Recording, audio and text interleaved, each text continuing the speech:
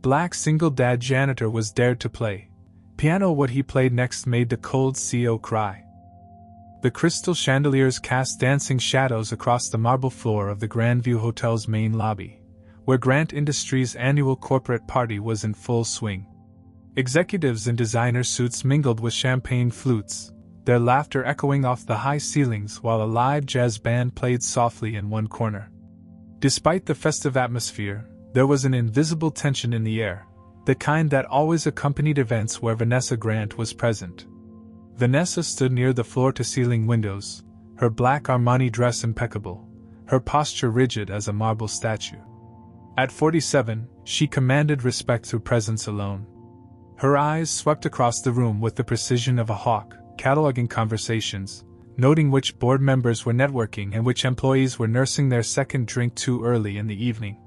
She didn't smile. She rarely did at these gatherings. "Ms. Grant builds walls so high, even her own shadow can't climb over them," whispered Sarah from accounting to her colleague near the dessert table. They both glanced nervously toward their CEO, who seemed to exist in her own universe of calculated detachment. The company had thrown this party to celebrate closing their biggest deal of the year, a merger that would secure Grant Industries' position as the leading consulting firm on the East Coast. It was Vanessa's victory, orchestrated with the cold precision that had made her legendary in business circles. Yet as employees celebrated around her, she remained untouchable, unreachable. In the far corner of the lobby sat a magnificent Steinway grand piano, its ebony surface gleaming under the soft lighting. It had been positioned there by the hotel's event coordinator, more for aesthetic appeal than function. The live band had their own setup, complete with keyboards and electric instruments. The grand piano stood silent, elegant, and completely ignored. Malcolm Harris moved quietly through the crowd, his gray custodial uniform marking him as distinctly separate from the celebration. At 38, he carried himself with a quiet dignity that most people missed entirely. His job was to ensure the event ran smoothly from behind the scenes, emptying trash, refilling water stations, and cleaning up the inevitable spills that came with corporate parties. He'd been working at Grant Industries for 3 years, arriving each evening as the office workers left, cleaning their spaces while they went home to their families. Most employees barely acknowledged his presence, but Malcolm didn't mind. He had learned long ago that invisibility could be a gift. "Hey, Malcolm!" called out Kevin from IT, slightly tipsy from the open bar.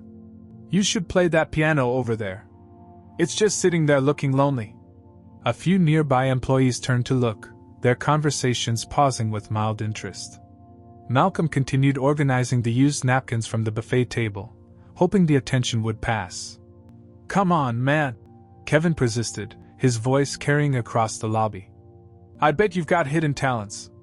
Don't all janitors have secret skills?" The comment drew more attention. A small crowd began to gather, their curiosity piqued by the unusual suggestion. Marcus from sales joined in. "Yeah, Malcolm. Give us a show. This party needs some excitement." Malcolm's hands stilled on the trash bin he was emptying. He could feel eyes on him, not just from the employees now openly staring, but from across the room where Vanessa Grant stood. Even from this distance, he could sense her cold assessment, though whether she was annoyed by the disruption or simply observing remained unclear. "I don't really play," Malcolm said quietly, hoping to deflect the growing attention. But his protest only seemed to fuel their interest. "Oh, come on," laughed Jennifer from marketing. "Everyone can play something. Even if it's just chopsticks." The crowd was growing larger now, employees drawn by the novelty of seeing their usually invisible janitor potentially embarrass himself at the piano. Some had their phones out, ready to record whatever happened next. The energy was shifting from mild curiosity to something more predatory, the kind of group dynamic that emerges when people need entertainment at someone else's expense. "I dare you," Kevin announced, his voice carrying across the lobby with drunken boldness. "I officially dare you to play that piano." The word dare hung in the air like a challenge thrown down at high noon. Other employees began chiming in with encouragement, their voices creating a buzz of expectation. Malcolm felt the familiar weight of being singled out, of becoming the evening's unexpected entertainment. From her position by the windows, Vanessa watched the scene unfold with detached interest. She had seen this kind of workplace dynamic before, employees finding amusement in making someone step outside their designated role. She expected Malcolm to decline, to retreat into the background where he belonged. She had already begun turning her attention back to the merger documents on her phone when something made her pause. Malcolm had stopped cleaning entirely. He stood perfectly still, looking at the piano with an expression that was impossible to read. There was something in his posture that suggested this wasn't just workplace hazing anymore. Something deeper was stirring beneath the surface. The crowd sensed the shift too. Their laughter died down slightly as they realized Malcolm was actually considering it. The hotel lobby, filled with the soft murmur of conversations and clinking glasses, seemed to hold its breath. "What's it going to be, Malcolm?" Kevin called out, though his voice now carried less mockery and more genuine curiosity. "Are you going to take the dare?" Malcolm looked up from the piano to scan the faces around him. These people knew nothing about his life beyond these walls, nothing about the hours he spent at home helping his 8-year-old son with homework, nothing about the dreams he'd once held and the music that still lived in his fingers despite everything life had thrown at him. His eyes briefly met Vanessa's across the room. For just a moment, something passed between them, not recognition exactly, but a flicker of understanding between two people who had learned to keep their deeper selves carefully hidden. Then Malcolm made his decision. He walked slowly toward the piano, his custodial cart forgotten behind him. The crowd parted to let him through, their excitement building with each step he took. Some were still filming, expecting either a disaster or a pleasant surprise. None of them expected what was about to happen. As Malcolm approached the gleaming Steinway, he rolled up his sleeves and flexed his fingers. The piano bench creaked slightly as he sat down, adjusting the height with the familiarity of someone who knew instruments well. The crowd pressed closer, forming a semicircle around the piano. Vanessa found herself moving forward too, though she couldn't quite explain why. Something about Malcolm's demeanor had changed entirely. Gone was the quiet janitor who moved through their world unnoticed. In his place sat a man who seemed to belong at that piano bench, whose hands hovered over the keys with unmistakable purpose. The lobby fell completely silent. Even the jazz band had stopped playing, sensing that something significant was about to happen. Hotel guests passing through the lobby slowed their steps, drawn by the unusual sight of a custodian at the grand piano while formally dressed executives watched in anticipation. Malcolm's fingers touched the keys. The first note rang out clear and true, cutting through the silence like a knife through silk. It was followed by another, then another, each one deliberate and filled with emotion that seemed to come from somewhere deep inside him. This wasn't chopsticks, or any simple tune that might have satisfied their dare. This was music that had soul. As the melody began to unfold, something extraordinary happened in that hotel lobby. The laughter died completely. The phones lowered. The crowd, expecting entertainment, found themselves witnesses to something far more profound than they had bargained for. And across the room, Vanessa Grant, the woman who never let emotions show, who had built her empire on calculated coldness, felt her champagne glass begin to tremble in her hand as a melody from her childhood reached across decades to find her heart once again. Malcolm's fingers moved across the keys with a grace that seemed to come from another lifetime. The melody that emerged was hauntingly beautiful, slow, deliberate, and filled with a tenderness that transformed the corporate lobby into something sacred. Each note hung in the air like a prayer, weaving together into a song that spoke of love, loss, and memories too precious to forget. The crowd around the piano had gone completely silent. What they had expected to be a moment of workplace entertainment had become something else entirely. Kevin, who had started the dare, found himself wiping his eyes unexpectedly. Jennifer from marketing had lowered her phone, no longer interested in recording but instead lost in the music that seemed to reach into everyone's chest and squeeze their heart. But it was Vanessa who felt the full impact of Malcolm's playing like a lightning bolt to her soul.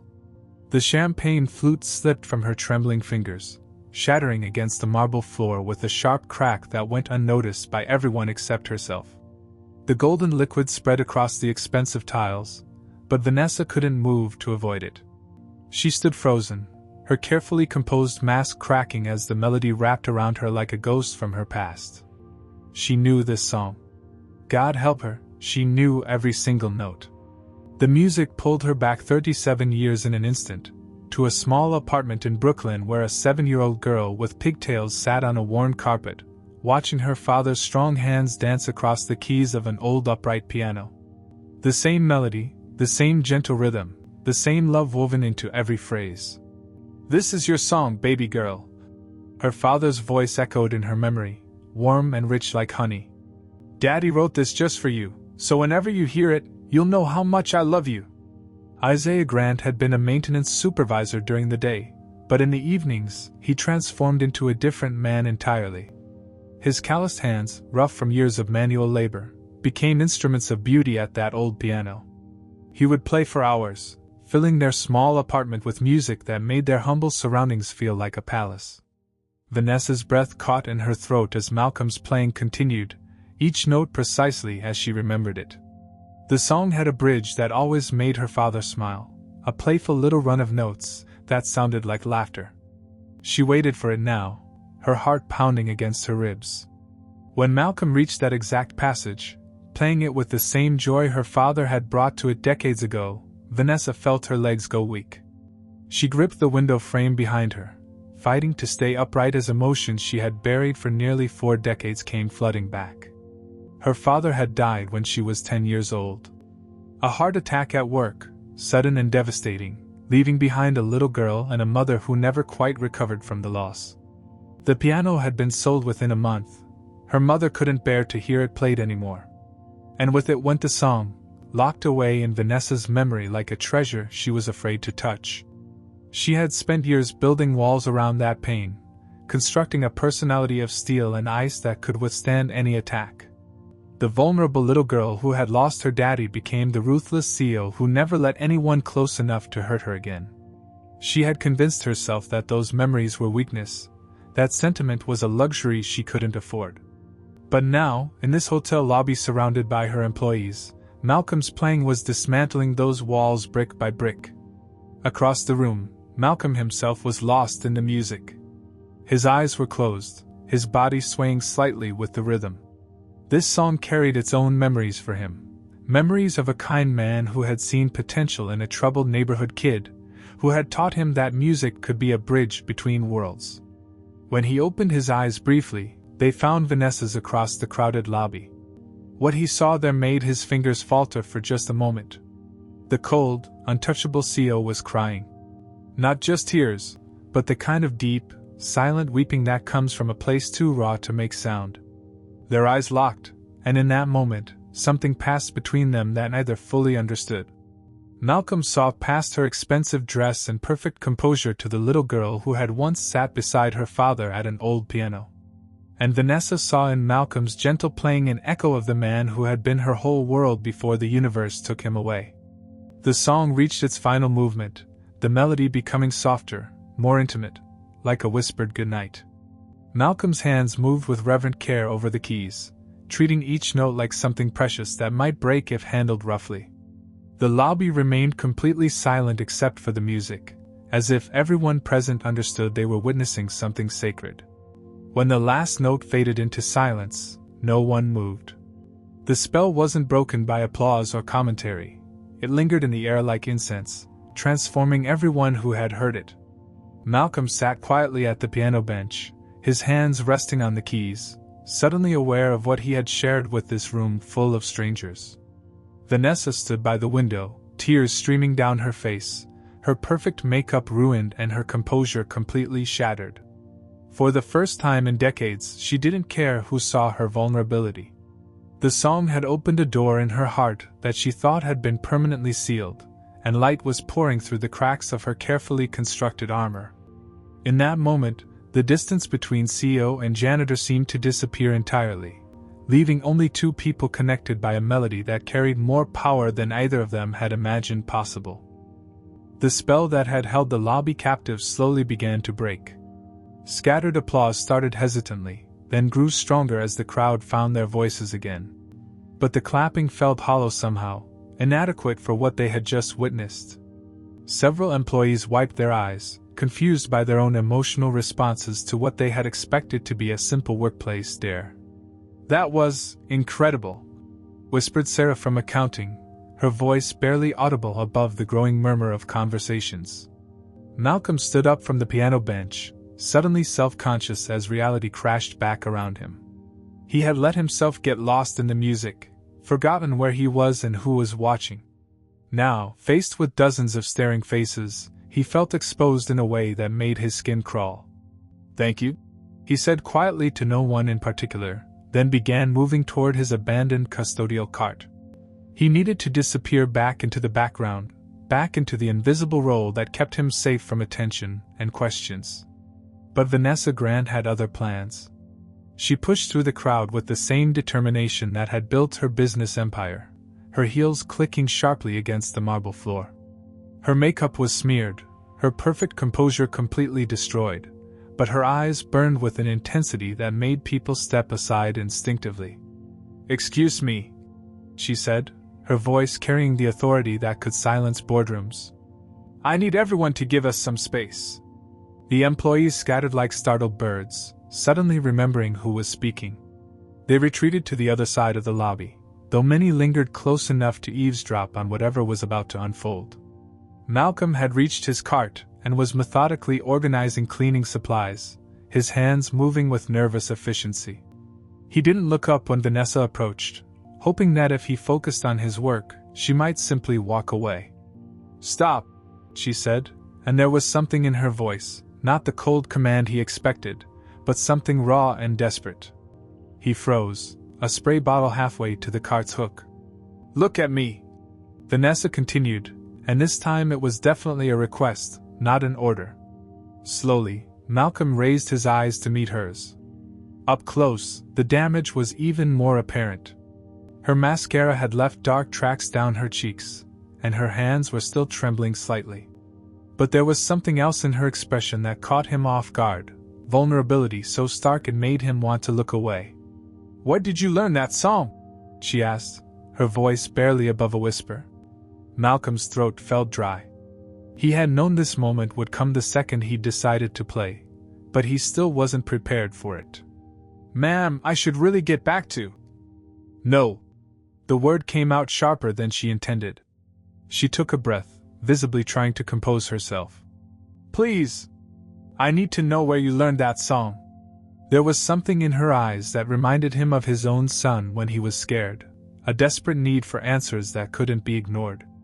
Malcolm glanced around the lobby, aware that they were still being watched despite Vanessa's attempts to clear the area. "Maybe we could talk somewhere more private?" he suggested quietly. Vanessa nodded immediately, leading him toward a smaller alcove near the hotel's business center. It was dimly lit and mostly deserted, offering them the privacy this conversation clearly required. Once they were alone, Vanessa turned to face him again, and Malcolm was struck by how different she looked away from the crowd. Smaller somehow, more human. "That song," she began, then stopped, struggling with words that seemed too big for her throat. "My father used to play that song. He wrote it for me when I was little. I haven't heard it in... God, it must be 37 years. Malcolm nodded slowly. "Isaiah Grant was your father." The confirmation hit Vanessa like a physical blow. She stumbled backward, gripping the wall for support. "You knew him? You actually knew my father?" "He taught me that song," Malcolm said gently. "Along with a lot of other things. Your father was... he was a good man, Ms. Grant. One of the best I ever knew."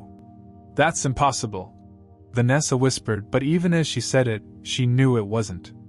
The way Malcolm had played, with such intimate knowledge of every nuance, every emotional beat, it could only come from someone who had learned it directly from the source. "How?" she asked, her voice breaking. "How did you know him? Where? When?" Malcolm took a deep breath, understanding that this conversation was about to change everything between them. "I was just a kid when I met your father. Maybe 8 or 9 years old. He used to volunteer at the Washington Heights Community Center, running a music program for neighborhood kids." Vanessa stared at him blankly. "What music program?" My father worked maintenance. He never mentioned any community center. He did it after work, Malcolm explained. Evenings and weekends. He said music saved him when he was young, and he wanted to pass that on. There were maybe 15 or 20 kids in the program, mostly kids from rough situations, kids who needed somewhere safe to go. But I never knew. Vanessa's voice trailed off as she processed this information.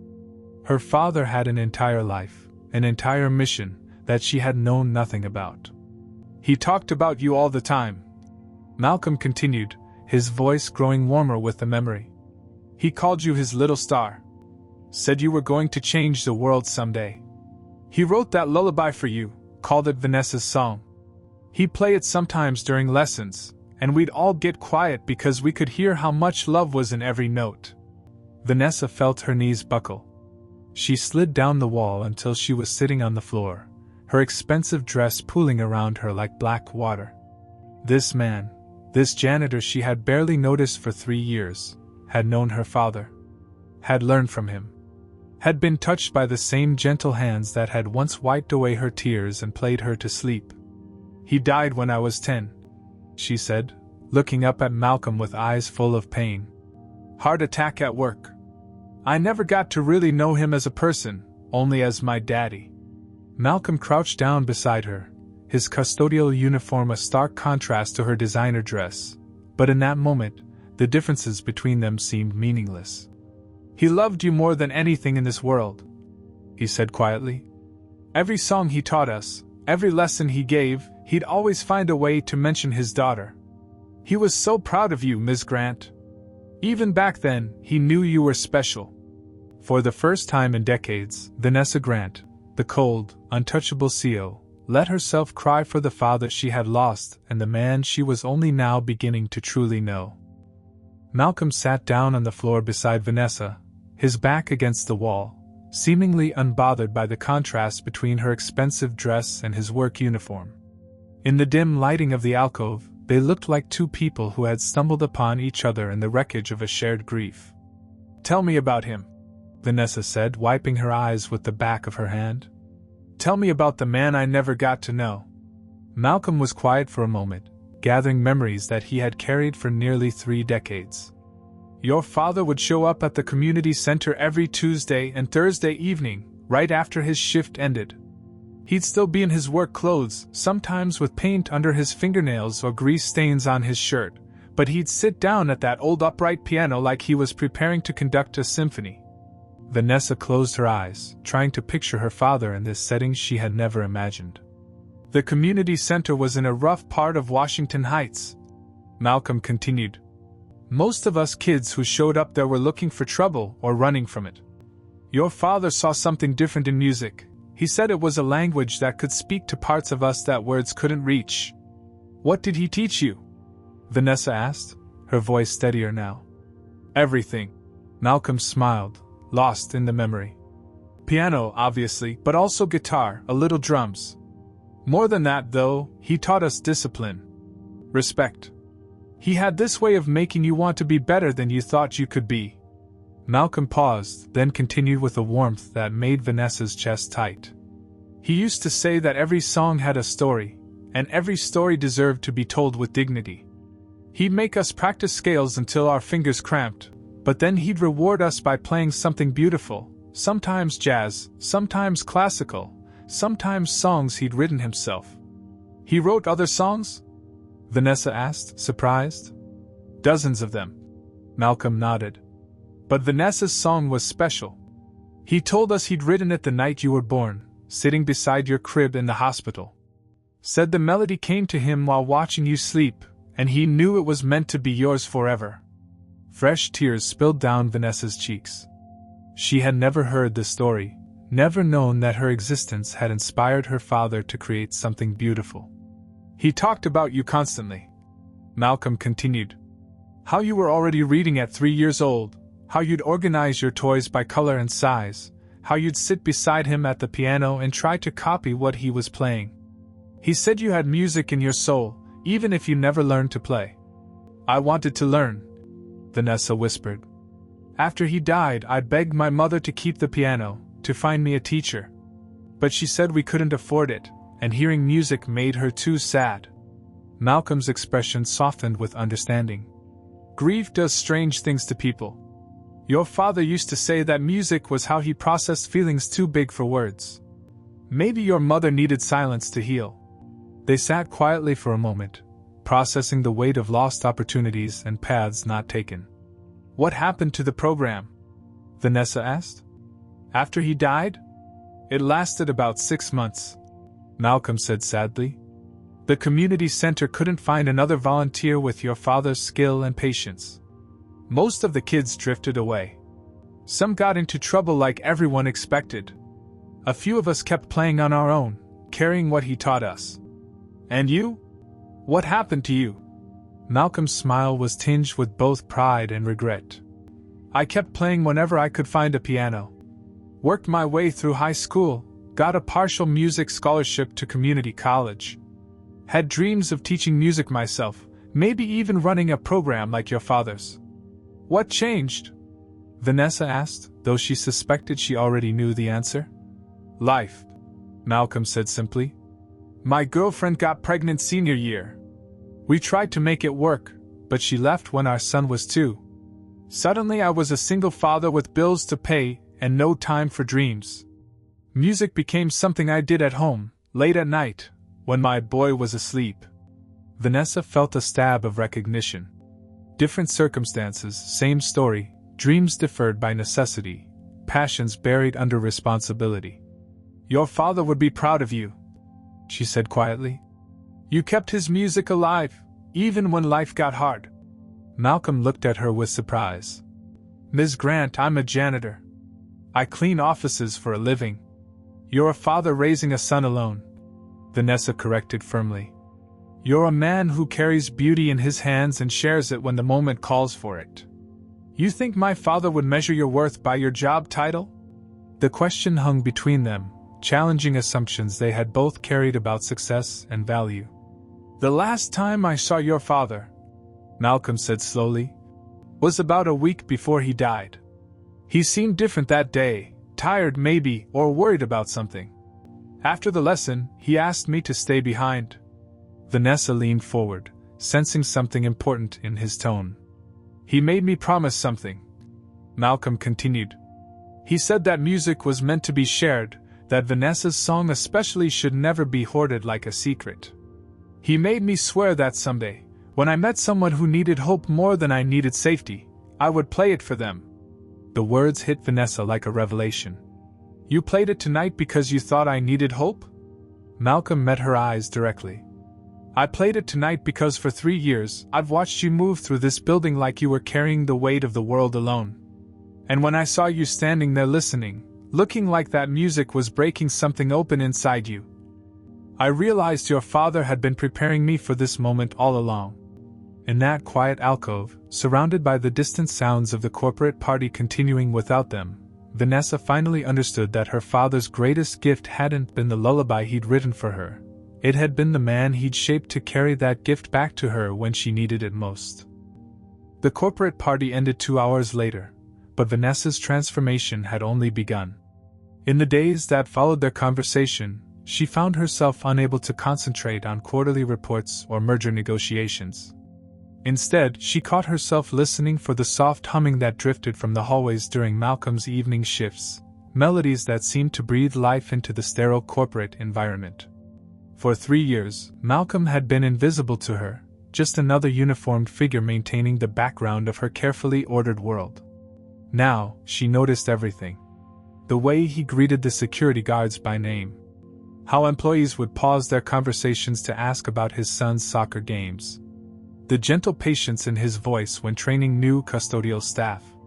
Good evening, Ms. Grant, he would say when their paths crossed, his tone respectful but no longer distant. There was an understanding between them now, a shared secret that had changed the fundamental nature of their relationship. On Thursday evening, exactly 1 week after the party, Vanessa found herself staying late in her office, ostensibly reviewing contracts but actually listening for the sound of Malcolm's cart in the hallway. When she heard him cleaning the conference room next door, she discovered an excuse to check the supply closet. Working late again? Malcolm asked, looking up from wiping down the mahogany table. Always, Vanessa replied, then hesitated. Malcolm, can I ask you something? Of course. Do you still play? At home, I mean. A smile crossed his face, the first genuine smile she had ever seen from him. Every night after my son goes to bed. We have an old electric keyboard in our living room. Nothing fancy, but it gets the job done. Your son, does he play too? Marcus is 8, and he's starting to show interest. I've been teaching him simple songs, just like your father taught me. Malcolm paused in his cleaning. Actually, I played Vanessa's song for him last week. Told him it was written by a very special man for his daughter. The idea of her father's music living on in another generation made Vanessa's throat tight with emotion. What did he think of it? He said it sounded like love. Malcolm replied simply. That Friday, Vanessa made a decision that would have been unthinkable just 2 weeks earlier. Instead of her usual routine of working until 9 and then heading home to her empty penthouse apartment, she lingered in the lobby after most employees had left. The cleaning crew was just beginning their shift, and she positioned herself near the reception desk with a stack of documents that didn't really need her immediate attention. At 7:30, she heard it, soft humming coming from the direction of the elevators. Malcolm appeared moments later, pushing his cart and singing under his breath. But tonight, he wasn't alone.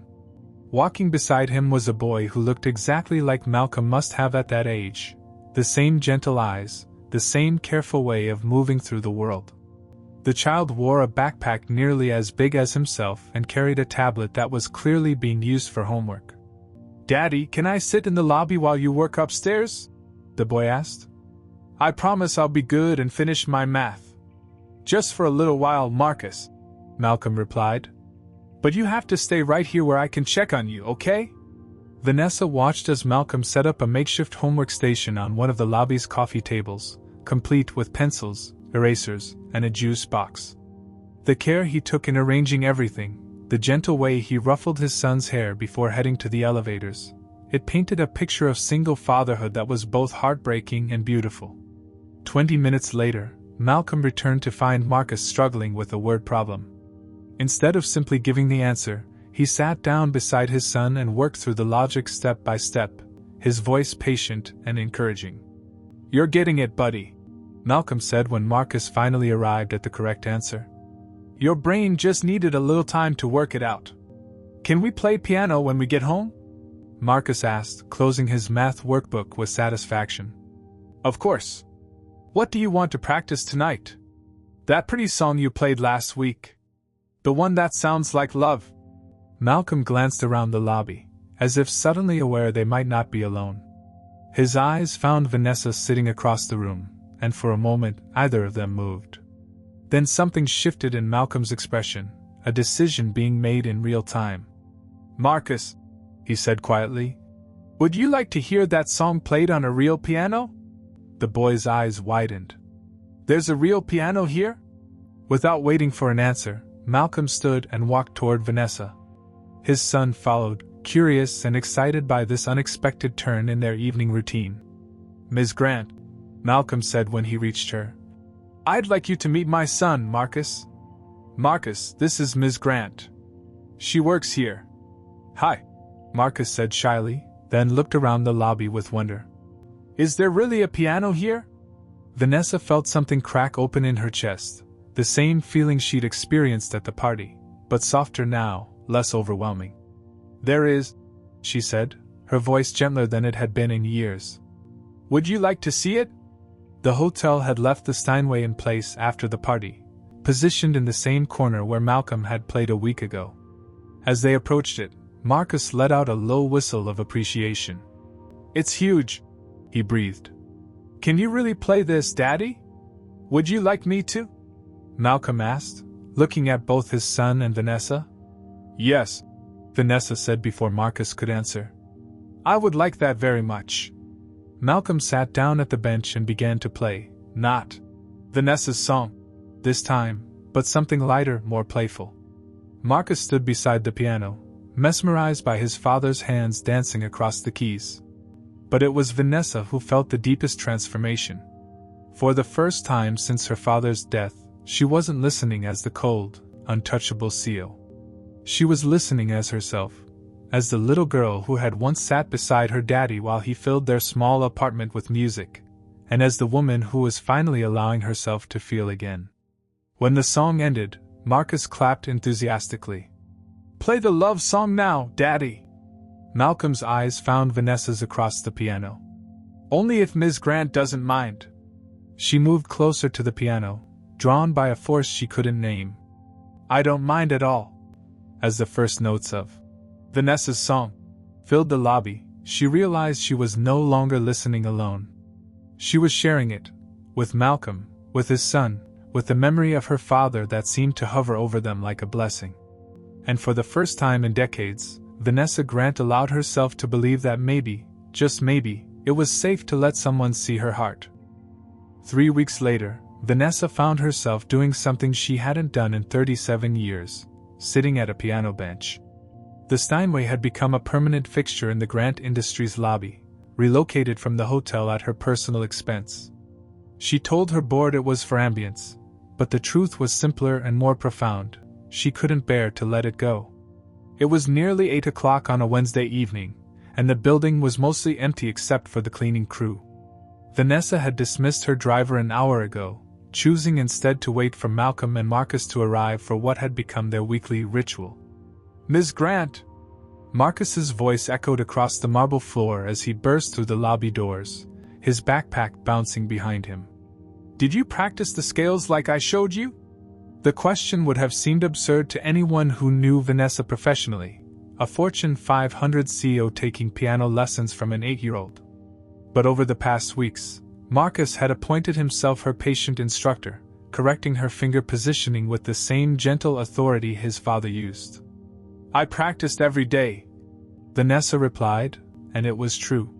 She had installed a digital piano in her penthouse apartment, spending her evenings relearning the fundamentals her father had never had time to teach her. Malcolm appeared behind his son, pushing his custodial cart but wearing an expression far different from the invisible janitor who had cleaned these halls for 3 years. There was warmth in his face now, connection, purpose beyond just maintenance duties. "How was the Morrison account meeting today?" he asked, settling onto the bench beside Vanessa. Over their weeks together, their conversations had evolved beyond music to include her business challenges, his dreams for Marcus's future, and the memories they both carried of Isaiah Grant. "Complicated," Vanessa admitted. "But nothing I can't handle." She paused, then looked at him directly. "Malcolm, I want to ask you something important." Marcus had already pulled out his homework and was working contentedly at a nearby chair, giving them space for adult conversation. "What is it?" Malcolm asked. Vanessa took a breath, feeling the weight of a decision that had been building for weeks.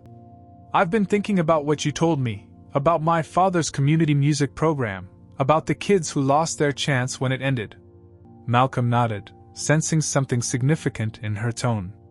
"I want to bring it back," she said, her voice gaining strength with each word. "I want to restart the program, properly funded this time, with real instruments and dedicated space. But more than that, I want you to run it." The words hung in the air between them. Malcolm stared at her, speechless. "I know it means leaving your position here," Vanessa continued quickly. "But I'm offering you a full-time salary, benefits, everything you need to focus on what you were meant to do. We could start with the Washington Heights Community Center, honor my father's memory by returning to where it all began. Ms. Grant, I don't know what to say." "Say yes," she replied simply. "Say yes and help me finish what my father started." Malcolm was quiet for a long moment, processing the magnitude of what she was offering. "Why?"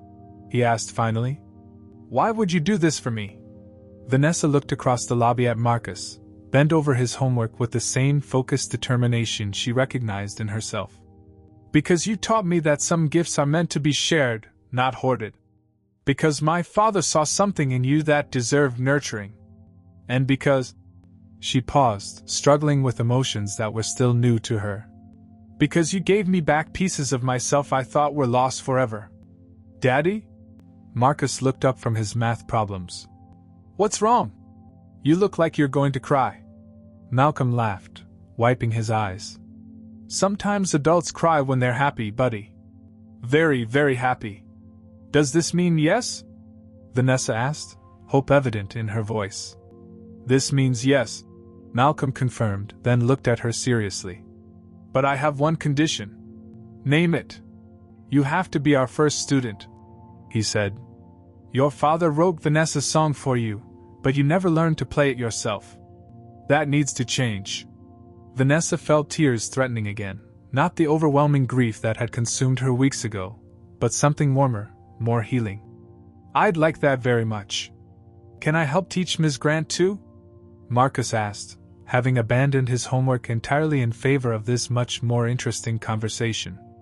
We'll teach her together, Malcolm promised his son, then turned back to Vanessa. When do we start? How about right now? Vanessa suggested. Play it for me one more time, and then show me how to play it myself. Malcolm's hands found the keys and Vanessa's song filled the lobby once again. But this time, as the melody wrapped around them, it didn't sound like an ending. It sounded like a beginning. When the song concluded, Vanessa placed her own hands on the keys for the first time, feeling the cool ivory beneath her fingers. Malcolm guided her through the opening notes, his patient instruction echoing the same gentle teaching style her father had once used with neighborhood children decades ago. As her hesitant playing gradually found the melody, Marcus clapped encouragingly from his chair, and Malcolm smiled with pride that encompassed far more than just her musical progress. In that moment, the sterile corporate lobby truly transformed. It was no longer just a space where business was conducted, but a place where music lived, where connections were forged, where a father's legacy continued through the lives he had touched.